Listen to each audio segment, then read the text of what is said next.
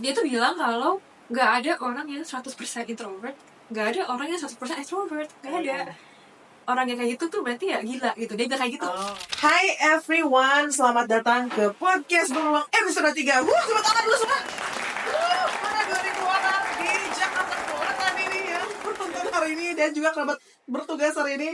Oke, hari ini gue kedatangan tamu yang sangat spesial sekali. This is one of my very very good friend.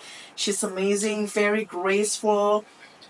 Dia ngobrolin banyak tentang kepribadian, mental health juga, dan dia tuh terkenal sebagai Cici introvert. Let's welcome Cila. Kenal. Oke, Cila ini adalah apa coba Cil? Boleh introduce yourself kepada kawanan beruang saat ini. Oke, jadi aku namanya Marcella. Terus dipanggilnya tadi Cici introvert ya. Kenapa? Karena aku introvert. Jadi aku tuh awal mula konten itu menceritakan dan menyebarkan konten-konten tentang introvert untuk mengubah asumsi masyarakat kalau introvert itu nggak gaul lah, terus pemalu lah, nggak percaya diri lah gitu. Jadi aku pengen menyebarkan awareness kalau introvert ya bisa banget gitu, percaya diri, bisa ngobrol ke kamera kayak gini gitu, bisa sukses, bisa bahagia gitu. Jadi memang Cila itu awal-awal konten kan banyaknya bahas-bahas tentang introvert kan ya. Dan sekarang kalau bisa lihat di Instagramnya Cila @cilaish di sini. Nah itu tuh banyak juga bahas tentang kepribadian kan. Dari mulai MBTI, terus apa lagi Cila? Banyak lah, Enneagram juga, terus trauma juga aku bahas. Trauma. Stres juga kan ya? Iya, stres, insecurity dan lain-lain itu banyak. Nah, overthinking ya sih? Overthinking bener. Nah, terus kan jadi Cila ini niche-nya kepribadian kan ya. Gue niche-nya keuangan. Nah, jadi pertanyaan pertama kita Cila, ini kita nyambung gak ya di podcast ini? Wah, kalau enggak gimana dong? Kita udah selesai aja nih. Ya, ternyata gak nyambung. Oke, terima kasih, Mbak. Enggak lah, menurutku sih Sar, nyambung banget. Ya karena kepribadian kita itu, menurutku pribadi ya Sar, itu mempengaruhi banyak faktor di kehidupan kita. Kayak misalnya pemilihan karir kita apa, terus kebiasaan kita apa, pola pikir kita apa, suka nggak suka kita itu apa. Ya pada akhirnya tuh secara nggak langsung ya, akan mempengaruhi juga kondisi finansial kita gitu kan. Karena pekerjaan kita kan akan mempengaruhi finansial kita, terus habits kita juga kan mempengaruhi finansial kita. Jadi ada lah hubungannya secara nggak langsung gitu. I see. Jadi emang kepribadian itu nyambung juga terhadap pilihan dalam hidup kita. Yang kita tuh income-nya berapa, outcome, spending-nya tuh berapa, kayak gitu kan. Nah, lo kan banyak banget nih bahas tentang MBTI yang udah salah. Gini gue kata aja ya, apa jangan? Udah jangan deh, biar relatable. Manusia tuh nggak sempurna. Iya. Kalau sempurna banget dikira lip sync. Anyway, jadi kan konten lo banyak yang bahas MBTI kan. Nah, sebenarnya MBTI itu apa sih, dan lo kira-kira bisa ngeliat ya kira-kira MBTI gue tuh apa? Nah, kalau Sarah kan kayaknya udah pernah spill nih ke aku, jadi aku tahu gitu ya Sarah. Pura-puranya aja kamu nggak tahu gitu. Aku udah tahu nih. Ya udah tahu Sar. Ya udah nih kalau gitu. Sebenarnya kalau awalnya nih, pas awal ketemu Sarah tuh aku lihat Sarah tuh orangnya kayak easy going banget, terus extrovert banget.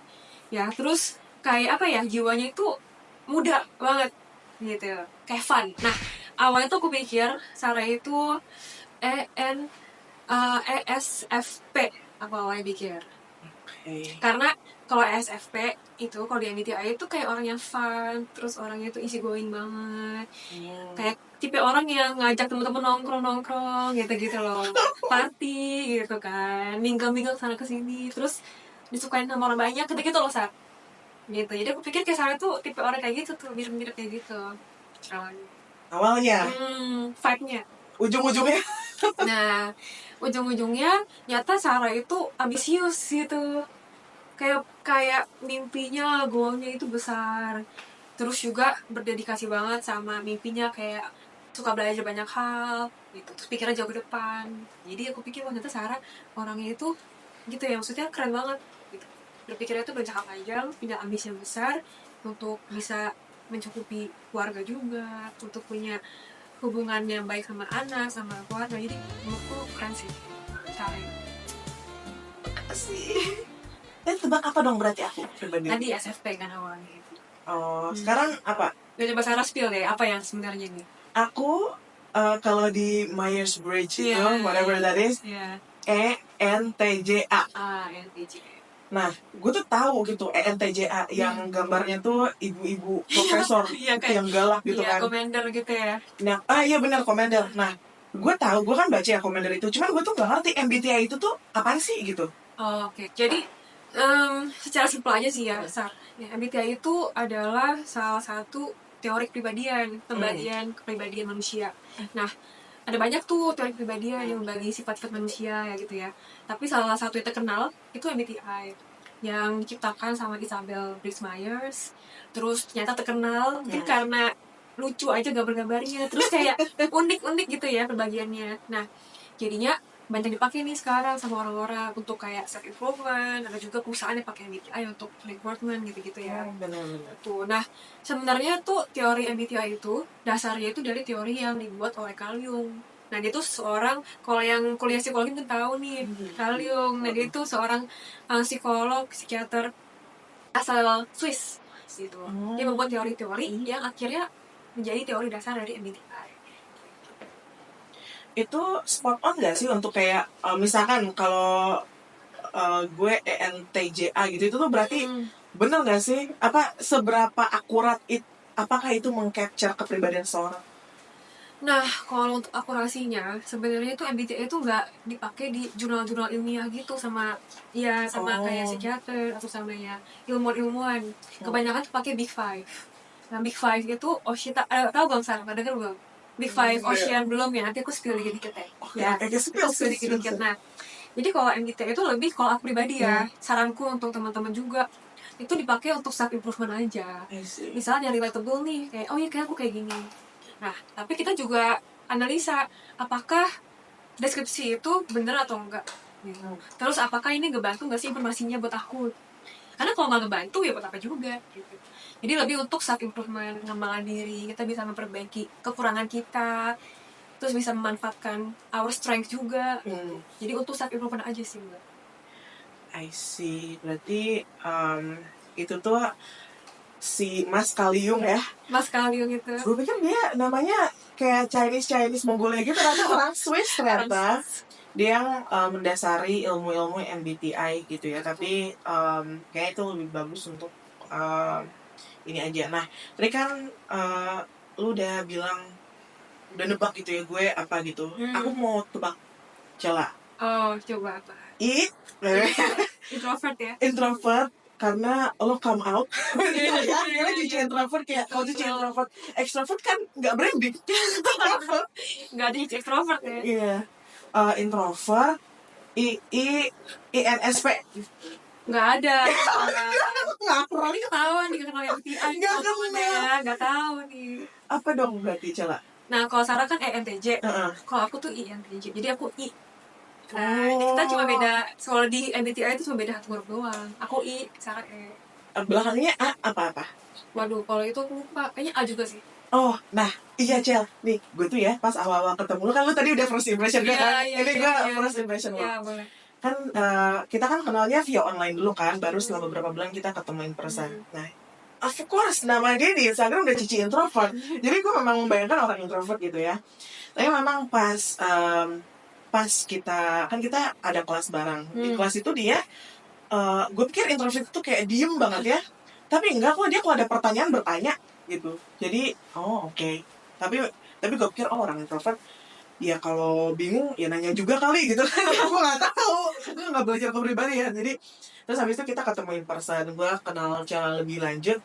Terus pas kita ngomongin growth, ngomongin karir, mindset bertumbuh, bukan Fata Nur Rahman ya, kayak growth mindset kita, I could see myself on you gitu loh. Kayak kalau lu bilang gue Sarah tuh ambisinya besar, kayaknya ambisi lo juga besar juga gitu. Terus cara itu ternyata surprisingly apa kan kalau dilihat kok lo kan kayak graceful banget ya. We talk about this sebelum kamera rolling. Sangat graceful, anggun gitu, sangat a very nice person. Tapi ternyata kalau in terms of hardworking, she's a fighter. Gitu yang benar kata lo tadi, lah orang mau introvert mau extrovert, when you're a fighter. Iya. Betul. Iya, ternyata selain pinter fighter juga dan ternyata apalagi pas kita spending more friend time together kayak lu tuh whatever I'm doing, whatever another extrovert doing, you're doing it too. Jadi kayak apa sih yang membedakan apa fundamental yang membedakan introvert dan extrovert itu apa? Oh, oke. Jadi sekalian juga kali ya aku jelasin bedanya introvert extrovert itu apa gitu ya. Nah, jadi sebenarnya kemarin tuh kalau kata Kaliung sendiri tadi tuh ya psikolog itu psikiater itu dia tuh bilang kalau nggak ada orang yang 100% introvert, nggak ada orang yang 100% extrovert, nggak ada. Orang yang kayak gitu tuh berarti ya gila gitu. Dia bilang kayak gitu. Itu istilah dia ya, bukan aku ya. Jadi sebenarnya kita semua itu berada di spektrum gitu loh. Ya kita tuh pasti ada sedikit introvertnya, ada sedikit extrovertnya, cuman mana yang lebih banyak aja nih gitu di diri kita lebih condong kemana. Tapi sebenarnya semua orang itu punya dua sisi itu, sisi extrovert, sisi introvert. Untuk aku juga termasuk nih, aku juga ada sisi extrovertnya, mungkin sisi yang agak ambisnya gitu ya, sisi yang kalau misalnya ada yang aku bingung aku nanya gitu, ada sisi itu. Tapi mungkin banyak kan sisi aku tuh yang lebih ya udah nggak apa-apa sendirian, kerja di rumah sendiri. Kalau kebanyakan ketemu orang juga capek gitu loh. Gitu Sar. Kalau Sarah kebalikannya, sisi itu juga ada nih mungkin. Ya banyakkan sisi extrovertnya. Gitu Sar. Yeah, but I kid you not, gue sama Ancela pernah datang ke suatu event dimana itu eventnya 2 hari ya. Betul. Gue extrovert, Cela introvert. What I'm thinking is ini pasti Cela social battery-nya mungkin gak sekencang orang-orang introvert kan. Sumpah, gue tuh jam 10 malam udah kayak enggak, udah, aku mau tidur. Cela ikut dong. Enggak, ini masih nongkrong. Itu social battery tuh kuat banget gitu. Oh iya. Itu juga termasuk Sar. Jadi kayaknya kalau orang introvert nih ketemu orang-orang yang cocok, yang frekuensi gitu ya. Sisi extrovertnya pasti keluar deh. Pasti bisa lebih lama ngobrolnya, lebih tahan gitu sebenarnya. Bisa. Iya, gue udah kayak jam 10 kayak jangan deh. Ya Sarah udah pingsan. Udah kayak tapi mungkin bedanya gini nggak sih, kayak kalau orang introvert itu nggak apa-apa melakukan sesuatu sendiri, kalau extrovert itu nggak bisa gitu. Oh iya, mungkin itu lebih sulit untuk waktu sendirian. Kalau intro tuh bisa bertahan lebih lama lah sendirian. Kayak pas COVID kemarin tuh aku kayaknya nggak ketemu temenku sama berbulan-bulan itu nggak masalah. Aku fine aja di rumah sendirian gitu loh Sar. Gitu. Iya. Sedangkan kalau orang extrovert banyak kan kayak aduh kayak udah gemes gitu mau keluar mau ketemu teman gitu ya. Gitu nggak Sar?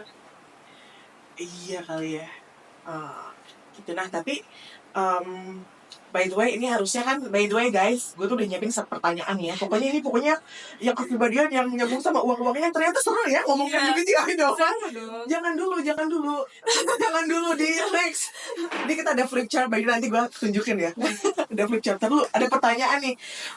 Tapi kalau misalkan kepribadiannya seperti itu kayak on the spectrum, sebenarnya bisa nggak sih memprediksi kalau kepribadian yang cenderungnya kemana gitu akan jadi impulsif gitu, atau belanja mulu, atau suka ngutang gitu, ada nggak sih? Nah kalau ini Sar, mungkin ini bukan MBTI nih, karena kebanyakan dari riset-riset itu kan hubungannya tuh menganalisa kepribadian berdasarkan itu tadi Ocean atau Big Five. Oke. Nah, itu teori kepribadian lain yang banyak digunain di riset-riset ilmiah, jurnal ilmiah gitu. Mereka pakai Big Five. Nah jadi Big Five itu secara singkat aja ya, itu ada 5 aspek kepribadian. Apa tuh? Ocean, jadi OCEAN. Jadi O itu openness, C itu conscientiousness, E itu extraversion, terus A itu agreeableness, N itu neuroticism. Nah, jadi 5 itu tuh mempengaruhi gimana kita berperilaku secara finansial tuh. Ada berapa jurnal ilmiahnya yang menganalisa itu. Nah, jadi kalau menurut jurnal yang aku baca berapa, ada 2 aspek yang mempengaruhi, yang paling mempengaruhi untuk kondisi, untuk pengeluaran gitu ya. Untuk keuangan gitu untuk keuangan gitu. Yang pertama itu adalah conscientiousness. Nah, susah consciousness. Iya, conscient. Oh, conscientiousness. conscious. Ya, susah emang. Oke. Nah, jadi kalau Indonesianya itu tuh gimana seseorang itu disiplin, bertanggung jawab, dan berhati-hati sebelum membuat keputusan. I see. Nah, orang yang tinggi di bidang conscientiousness itu, nah dia itu akan lebih enggak terlalu impulsif dalam belanja, lebih mau nabung, mau investasi, enggak enggak gampang buang duit gitu. Conscientiousness itu berpengaruh banyak tuh. Nah, yang kedua itu neuroticism. Apa tuh? Neurotic. Nah, itu bagaimana orang itu gampang cemas, moodnya nggak stabil, terus dia juga emosinya tuh nggak stabil gitu. Jadi orang yang tinggi di sana lebih cenderung impulsif untuk belanja, karena mereka kan kayak, aduh gue lagi bad mood nih, udah gue scroll Shopee, gue belanja gitu. Lebih impulsif untuk belanja. Oh gitu. Berarti kalau misalkan tahu orang impulsif apa enggak dari si Ocean itu ya? Bisa. Tapi kalau dari MBTI nggak bisa. Tapi lu pernah dengar nggak sih kayak MBTI mana yang sering banget jadi miliarder gitu? Nah, kalau itu sih aku lebih kayak dari pengalaman pribadi gitu. Oh, apa? Ya, ini kan ketemu orang-orang, terus aku kayak, ini apa ini, kayak gimana gitu. Aku melihat korelasinya. Apa tuh? Memang gak ada jurnalnya sih, Sar. Jadi ini personal aja ya, personal opinion aku. Menurutku MBTI kamu sih, Sar, yang sangat berpotensi di miliarder.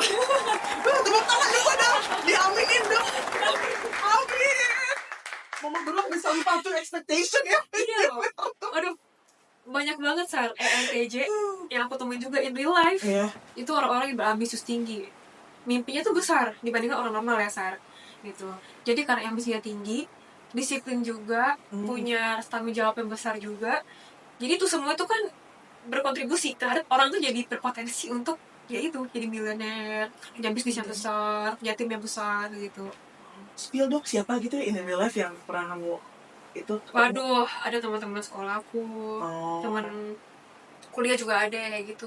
Banyak kan tuh mereka pemilik bisnis jadinya, terus jadi luar negeri, jadi gitu lah. Banyak. Ada nggak yang temen circle kita yang kayak gitu juga? Circle kita ya?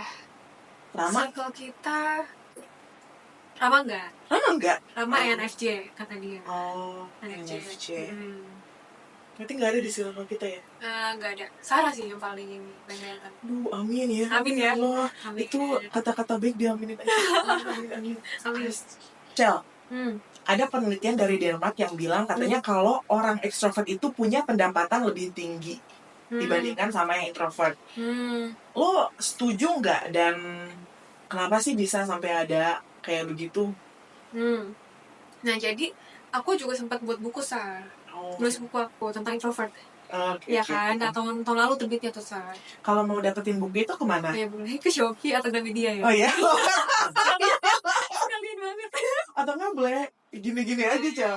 Gitu lah, nggak apa kok jadi introvert. Di sini ya? Atau di sini, dimanapun. Nah, jadi aku sempat riset gitu. Kenapa sih orang jadi ada yang introvert, ada yang extrovert? Nah, salah satu teori gitu ya, atau penemuan yang menarik gitu, yang berhubungan sama ini juga, itu kalau ada perbedaan nih di otaknya orang introvert dan orang extrovert sebenarnya. Iya. Ada, yaitu bagaimana otak kita merespon terhadap hormon dopamin. Hormon ya, emang agak susah ya. Jadi hormon dopamin itu tuh yang ngebuat orang jadi termotivasi untuk mendapatkan reward. Reward itu tuh maksudnya kayak status sosial tinggi, terus dapat jabatan misalnya, dapat uang yang banyak, terus party dapat banyak interaksi sama orang, itu tuh reward buat otak kita gitu. Nah, orang extrovert itu sensitivitas terhadap dopamin itu lebih tinggi. Dia lebih mencari nih hal-hal seperti itu, reward di dunia sekitar itu. Ribet duniawi. Hal duniawi seperti itu gitu, validasi lah, terus satu sosial lah, terus pujian gitu-gitu. Sedangkan orang introvert itu lebih nggak sensitif otaknya terhadap hormon dopamin itu. Nah, makanya mungkin karena itu orang introvert itu kalau misalnya di party misalnya ketemu gitu ya, gampang capek, karena malah kalau kebanyakan dopamin itu malah jadi bikin capek gitu. Oh iya gitu ya? Overwhelm gitu. Iya, ada tuh penemuan seperti itu. Ini aku bahasnya simpel aja ya, secara simpel aja. Jadi makanya pas acara kemarin tuh gue jam 10 udah ampun-ampunan karena itu ya. Mungkin kali ya, overwhelm pada akhirnya kali. Jadi itu kenapa orang introvert itu punya pendapatan lebih tinggi dibandingkan dengan kepribadian introvert, karena dia itu kan sama dopamin itu lebih sensitif ya. Iya. Berarti sekalinya dia, wah ada duit nih, jadi semangat lagi. Iya. Cari uang lagi gitu ya. Iya, lebih sensitif di situ. Gitu. Jadi mungkin karena itu juga berpengaruh, jadi mereka lebih mencari itu. Lebih berusaha untuk mencari uang, sukses, jabatan, yang akhirnya kan akan related ke penghasilan kan, Sar. Yes, Gitu. Suami gue introvert, nggak berambisi, nggak apa, gajinya lebih gede daripada gue kan. Cal, tadi kayaknya gue ada yang kelewat deh. Kan gue memperkenalkan lo sebagai Cici introvert ya. Iya. Gue kan memperkenalkan lo sebagai Cici introvert. Tapi nggak dibahas dulu nih. Lo why you come up with the name Cici introvert, dan introvert itu apa sih? Dan lo kan juga pas awal bilang bahwa lo tuh pengen educate people bahwa orang introvert itu bisa loh berdaya dan punya karir bagus. Nah, gimana sih kalau orang introvert itu pengaruhnya sama keuangan dan karir? Oke, jadi kalau misalnya aku sendiri, Sar, bahas introvert dan kenapa Cici introvert, itu biar gampang dikenal aja sih, Sar. Jadi kayak, oh ini Cici introvert nih, bahas introvert, gitu, baru kenal. Terus waktu aku mulai, tahun 2022, itu belum ada. 2022? Iya, 2 tahun lalu. 2 tahun lalu? 2 tahun lalu. Oh, apa? Nah, waktu aku mulai itu belum ada kayaknya deh, kayak cewek gitu ya, konten kreator cewek yang bahas introvert atau kepribadian, kayak belum ada. Dan aku passionate tentang introvert ini karena emang dari dulu tuh aku ngerasa kayaknya ada salah deh sama aku, kayak aku beda deh sama orang-orang, kenapa ya? Jadi aku kayak pengen sharing ke orang kalau oh ini gak aneh. Jadi mereka lebih kenal gitu sama diri sendiri, gak kerasa kalau aku tuh aneh, aku tuh beda. Jadi lebih bisa empowered lah orang dengan kepribadian mereka apapun itu. Makanya aku passionate sama kepribadian, karena aku pengen orang-orang tuh merangkul their personality, bisa berdaya dengan itu dan bisa menjadi versi terbaik dari diri sendiri. Itu Sar sebenarnya. Nah, untuk itu faktor finansial gitu ya. Aku pribadi sih ngerasa kepribadian itu bagaimanapun juga itu untuk self improvement gitu.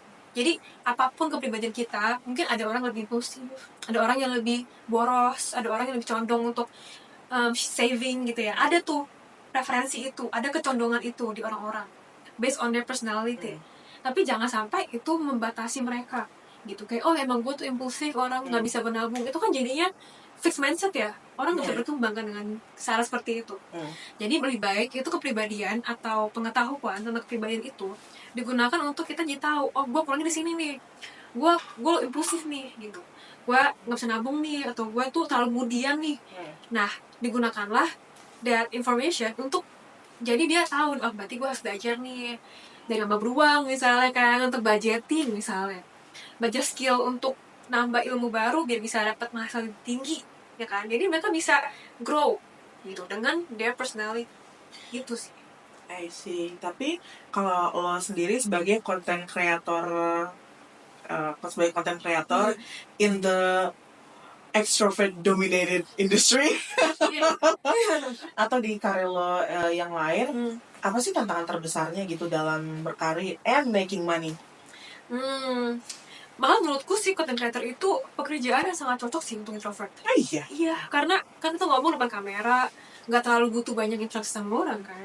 Jadi aku rasa ini malah salah satu cara aku sebagai introvert untuk berkarya, karena aku nggak perlu terlalu banyak interaksi sama orang. Aku bisa fokus nulis, kan banyak banget pekerjaan content creator tuh sendiri ya. Iya, benar. Kita editing, kita nulis skrip, itu kan pekerjaan yang sendiri. Kan berkarir kan, berkarir itu bisa dalam bentuk apa aja, bisa memilih kerjaan yang introvert friendly ya. Tapi kan kalau making money, apalagi pengelolaan keuangan, kan itu kayaknya cuma satu jalur sih yang setahu gue ya. Itu ada tantangan gak sih sebagai introvert dalam making money dan managing your finance gitu? Mungkin kalau untuk aku pribadi, karena aku tuh tipe orang yang lumayan mikir jangka panjang. Jadi aku sangat menjaga budget. Terus aku make sure pengeluaranku nggak lebih banyak dibandingkan pendapatan gitu. Selalu sisihin untuk investasi ke banyak sumber gitu, ke banyak portfolio gitu. Jadi emang pikiran tuh jangka panjang sebagai introvert. Dan aku rasa most introvert nggak most sih, tapi kecenderungan ya condong untuk lumayan berhati-hati nih sebelum buat keputusan. Aku rasa itu bisa jadi kekuatan orang introvert juga, lebih berhati-hati lah sebelum making any decision, untuk invest lah, untuk spending money lah, bisa lebih berhati-hati lah dari segi itu. Kalau misalkan seperti itu, ada kan jokes stereotypical introvert. Introvert mah hemat soalnya nggak keluar rumah. Homebody emang ya? Tergantung orang. Kalau aku sih sebenarnya iya sih, karena sekarang aku nyaman aja di rumah, jadi spendingku untuk sosial tuh nggak butuh terlalu banyak jadi mungkin itu agak ini sih, agak relatif aku. I see. Spending untuk sosialnya itu kurang, nggak terlalu banyak. Berarti lo kalau keluar tuh jarang, kalau diajakin sama Putri aja WFC ya. Keluar tuh jarang-jarang kan. Hai Putri. Hai. By the way, tadi ada yang kelewat sih. Seru banget obrolan kita tentang coping mechanism, tentang impulsivity kayak gitu kan. Itu kan kita udah tahu nih penyebabnya apa. Ternyata kan si mood swingan itu kan, dan si Neuroticism and conscientiousness. Susah banget deh. Nah, itu kan kita udah tahu itu berasal dari mana, how it's affecting people. Ada nggak sih, kayak menurut lo gimana ya caranya menurunkan level impulsivity itu gitu, sesuai dengan ilmu Ocean tadi, ya kan? Ocean, bener banget. Jadi mungkin untuk teman-teman yang belum tahu Ocean, ada kok banyak tes gratis di online. Biar tahu nih kita itu di level mana sih. Terutama yang tentang financial itu kan conscientiousness sama neuroticism kan. Nah, perhatikan aja nih, kalau misalnya neuroticism kamu tinggi, itu berarti kamu lebih gampang untuk mood swing, lebih gampang cemas. Nah, setelah udah tahu dan udah aware kalau kamu tuh orang seperti itu, berarti bisa nih pelajarin gitu. Oke, berarti gimana ya biar kita bisa mengelola stres? Apakah itu dengan tidur cukup? Apakah itu dengan journaling misalnya? Aku suka journaling banget dulu ya. Apakah itu dengan melatih meditasi? Apakah itu dengan bernafas aja gitu kan, mindful dengan kondisi sekarang? Ini banyak banget taktik. Nah, jadi sampai step pertama itu adalah dengan awareness dulu, tahu dulu kita itu orangnya gampang cemas nggak sih? Itu tadi ya conscientiousness itu, apakah kamu tinggi nggak sih atau rendah di sana? Kalau misalnya rendah, itu berarti kamu tuh cenderung untuk lebih nggak terlalu berhati-hati gitu, lebih ambil resiko ya. Coba perhatikan apakah dampak dari itu, apakah jangan-jangan kamu jadi invest ke saham yang jelek gitu, yang gorengan gitu misalnya, atau kamu jadi lakuin hal-hal yang sembrono, itu kan jadi tahu tuh, analisa setelah itu. Jadi awalnya tuh awareness dulu, tahu dulu di mana titik lemah kita. Sih. Tadi kan kamu mention tentang journaling ya, dan itu sebagai cara untuk regulate mood swing. Sebenarnya kalau di dunia personal finance, journaling itu ada yang mirip-mirip loh tekniknya, namanya tuh budget tracking. Iya, jadi budget tracking itu di mana lo pengeluarannya berapa, apa aja yang dikeluarin hari itu ditulis sampai sedetail mungkin. Nah, tapi kalau di journaling versi beruang, ada di materi Money Masterclass bab 4 ya, budget tracking. Itu tuh selain kamu track pengeluaran kamu apa, tapi tanyain juga gitu beberapa pertanyaan biar lu tuh berpikir gitu ya. Jangan mau karena kalau orang lo ngerubah lo tuh nggak bisa, lo harus ngerubah diri sendiri, cuma lo yang bisa. Dan caranya biar lo bisa, lo aware sendiri gitu. Jadi pertanyaannya tuh macam-macam, ada kayak lo ngeluarin uang paling gede buat apa hari ini? Are you happy with your purchase?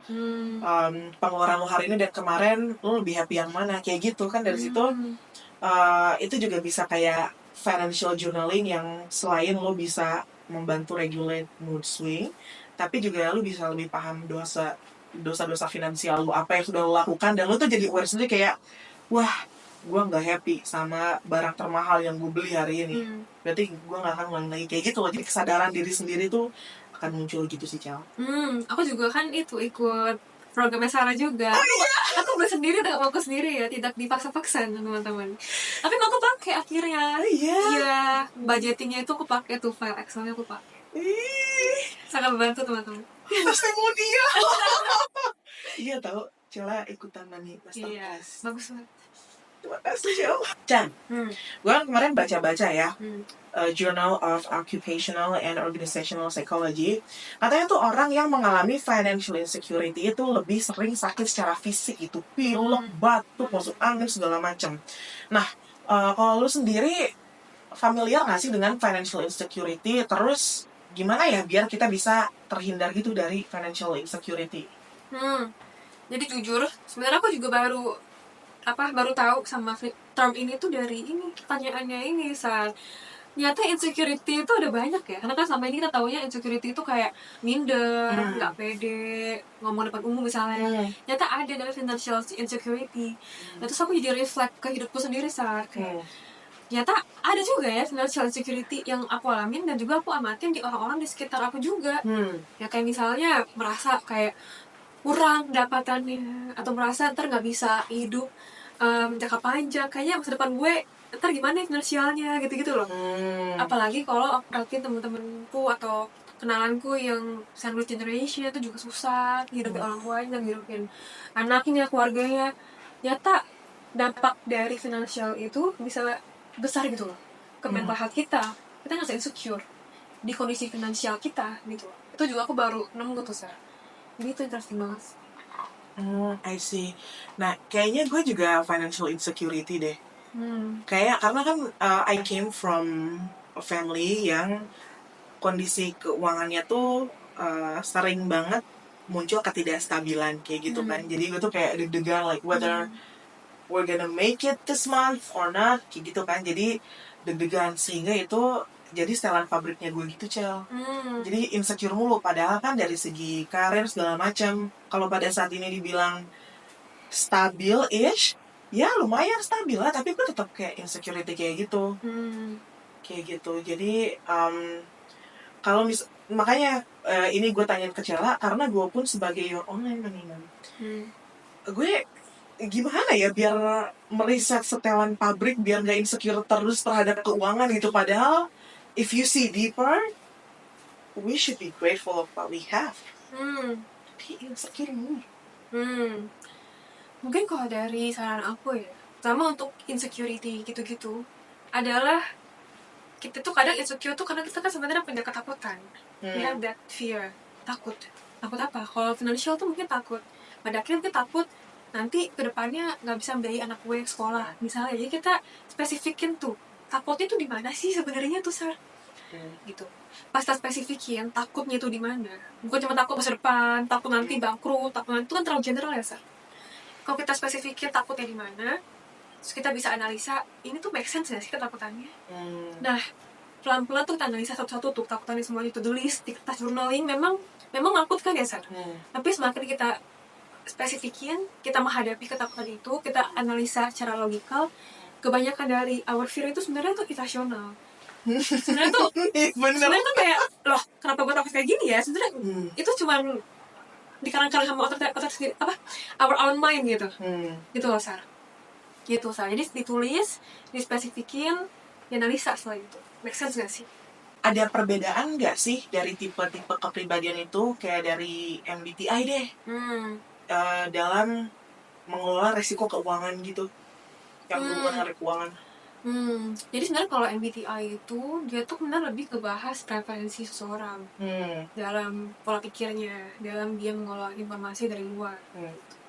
Jadi mungkin kalau misalnya MBTI-nya Sarah misalnya ENTJ, mungkin akan lebih condong untuk berhati-hati gini dalam melakukan apapun gitu, lebih pikir konsekuensinya gitu.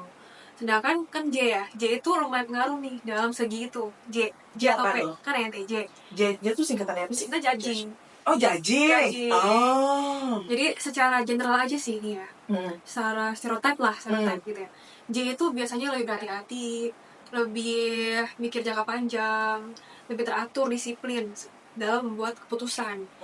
Kalau yang kebalikannya P, perceiving. Ini secara general aja ya, jadi bukan berarti semua orang tuh kayak gitu, enggak ya teman-teman. Ini lebih kayak condongnya aja. Kalau P itu cenderung lebih fleksibel, lebih impulsif, mungkin lebih agak acak-acakan gitu loh, tapi jadi lebih kreatif gitu loh. Jadi semua itu pasti ada plus minusnya. Nah tapi jadinya itu mungkin orang dengan MBTI J akan cenderung lebih hati-hati. Kalau yang P tadi kita akan cenderung lebih impulsif orangnya. Jadi coba aja perhatikan, ada nggak sih kecenderungan itu di diri kamu. I see, berarti kalau yang J itu mikir mulu gitu ya. Jadi kayaknya cocoknya saham deh dia. Karena dia dipikirin dulu kan tuh Iya. tipe-tipe investasi itu. Lebih hati-hati orang. Kalau investasi untuk yang tipe-tipe P ya, Ya mungkin risk taker nih orang-orang ini ya. yang P risk taker, tapi kalau gua ngelihat orang risk taker justru jangan saham, kayak lu udah emas aja gitu. Tapi ini lagi ya, Reksadana pasar uang, soalnya kalau nggak kayak gitu kebablasan, bisa jadi impulsivitas itu dasarnya tidak tepat atau melenceng dikit bisa bangkrut banget. Jadi kalau berdasarkan informasi dari lo, kayaknya untuk yang J itu bisa lah kripto, saham, bisa lah. Tapi kalau untuk yang P mungkin belajar dulu fundamental. Kalau belum ngerasain emas atau belum pernah ngegarap deposito atau obligasi, itu dulu deh. Baru kalau udah lumayan jago, boleh tuh saran dari sekarang tuh. ya saran aja. Tapi kan tiap orang kan berbeda kan. Berbeda ya teman-teman. Ya tiap orang beda, harus dicek dulu lagi. Oke Sar, jadi aku ada pertanyaan nih buat Sarah juga. Boleh. Jadi kan aku suka kepribadian dan aku tuh selalu penasaran, kayak alasan kenapa orang do things that they do gitu. Nah aku pengen tahu apa sih ambisi terbesar Sarah dan kenapa Sarah mengejar itu dalam content creator ini, dalam laba beruang ini. Jadi why am I doing this? Karena gue beruntung sekali berasal dari keluarga yang walaupun seperti tadi yang gue ada mention, banyak ketidakstabilan finansial, tapi kita selalu berhasil recover ke at least a good baseline gitu ya. Tapi gue tumbuh di kota kecil di Jawa Barat, di Cianjur, di mana banyak sekali gue tuh bertetangga, teman-teman sekolah gue datang dari keluarga yang sangat struggle kayak gitu, and it really hurt my feeling untuk ngelihat teman-teman gue nggak bisa ikut prakarya, nggak bisa ikut study tour gara-gara orang tuanya nggak bisa bayar kayak gitu. Itu jadi it really hurts my feeling. Dan juga dari background pendidikan gue juga gue paham bahwa pada saat ada ketimpangan sosial seperti itu, the only way untuk mengubah hal tersebut adalah yang punya ilmu, yang punya resources harus membagi-bagi seperti itu. Dan berhubung gue kuliahnya juga keuangan dan gue pun merasa punya ilmu yang baik untuk dibagikan, maka dari itu gue ingin memanfaatkan resources gue untuk juga mengempower orang-orang, terutama ibu, calon orang tua, sehingga pada saat mereka empowered, apalagi ibu-ibu ya, when a woman empowered, mereka bukan cuma empowered themselves, tapi juga they empower the next generation. Jadi anak gue satu, aduh, ada lagi nih, mau kedua nih, aduh nggak tahu panik.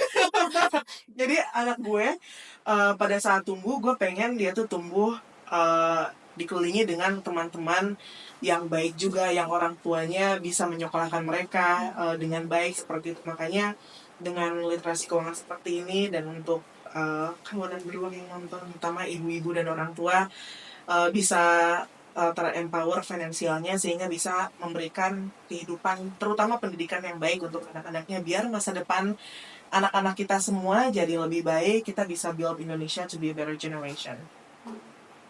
Keren banget sih Sarah, luar biasa. Oh, belum selesai ya. It's a game time. Oke, game hari ini akan dipandu oleh Lutfi. Halo, aku Lutfi. Bohong, itu Syams. Oke, Syams. Jadi kita ngapain hari ini? Oke, game kali ini yang akan dimainkan Kak Sarah dan juga Kak Cela adalah This or That, di mana nantinya Kak Cela dan Kak Sarah akan memilih salah satu di antara dua pilihan yang aku kasih. Oke. Kak Sarah siap? Siap. Kak Cela siap? Siap. Oke, untuk yang pertama, kerja sesuai passion atau kerja sesuai gaji? Kerja sesuai gaji. Beda ya. Kenapa passion? Passion. Karena aku rasa kalau passionnya selaras sama aku, gajinya masih menyusul, maksudnya uangnya menyusul lah, mengikuti. Kalau gue, I could make passion out of money, so. Oke, next. Banyak waktu luang atau banyak uang? Tapi nggak punya banyak waktu luang.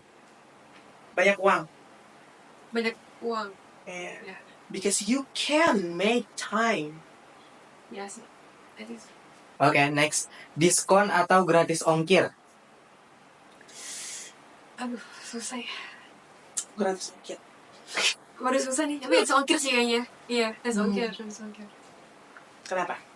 Karena nggak tahu ya. Karena kalau gue di Shopee belanja, enak aja tuh kalau free ongkir, kayak happy gitu bawahnya. Gitu. Tangible ya. Tangible, free ongkir. Healing ke alam atau ikut seminar?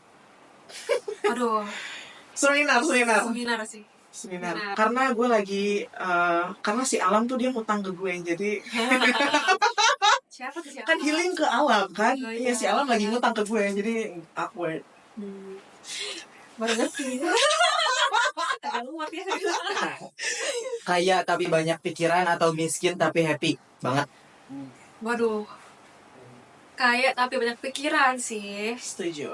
Karena at least mungkin dengan uang kita bisa berdampak lah. Lebih berdampak juga. Bener suka. Aku itu retweet. Kerja kantoran atau kerja freelance? Freelance. Karena aku freelance. Kantoran tapi WFH. Dimodifikasi jawabannya. Oke, next. Rumah yang gede atau rumah yang hangat? Aku rumah hangat sih. Aku rumah hangat. Kalau rumah yang gede kan tinggal dipasang heater. Hangat tuh maksudnya interaksi nggak sih? Nah, ya betul. Gitu. Kayak kehangatan keluarga gitu loh. And also kalau kata Bandoro, besar kecil itu kan sangat subjektif ya. Gue rumah kecil tapi hangat, tapi kecil Kecil itu kita. kecil gua gitu kan, kayak 1 hektar. Makan enak atau tidur nyenyak? Waduh, tidur nyenyak sih. Tidur nyenyak. Karena kalau tidur nyenyak, makanannya jadi enak sih. Iya sih, tidur nyenyak sih. Nyenyak. Nyenyak. Oke. Beli rumah atau tinggal di apartemen? Rumah. Untuk sekarang apartemen. Karena nggak ribet maintenance, masih bisa pindah-pindah. Kalau aku karena aku suka hewan peliharaan. Dan apartemen tuh susah nyari yang pet friendly. I see. Baca buku atau tonton video? Video. Early bird atau night owl? Early bird. Kayaknya aku aslinya night owl sih. Lebih kreatif pas lagi bangun tuh banyak ide gitu. Tapi aspiring early bird deh gimana? Miskin tapi dicintai atau tajir tapi tidak dicintai? Oleh siapa? Oleh dunia. Ini ya. Oh, aku lebih milih tadi apa? Kaya tapi nggak dicintai. Iya. Tapi bisa mencintai. Oh my god. Dia kaya tapi mencintai dong. bener. Betul. Aku juga sama Iya. kaya tapi tidak dicintai dunia. Who needs the world if I ain't got you? Oke, yang terakhir. Uang atau teman? This is hard. Aku rasa uang sih. Karena kalau aku tentang miskin masih punya butuh teman, kan kasih temennya juga. Kayak aja. Aku juga kayak daripada teman, karena kita tahu dia teman dari mana gitu. Teman kan again overly subjective kan. Aja. Oke, selesai. Terima kasih banget Cela udah datang ke ke rumah beruang dan udah datang di podcast beruang. Thank you banget. Semoga podcast ini bermanfaat buat kamu, dan kalau misalkan you think this podcast itu bermanfaat buat you guys, di subscribe ya, di like dan share ke teman-teman yang membutuhkan. Oke, gua Ayu Sarah, I'm your online money mom, and bye bye. Bye-bye.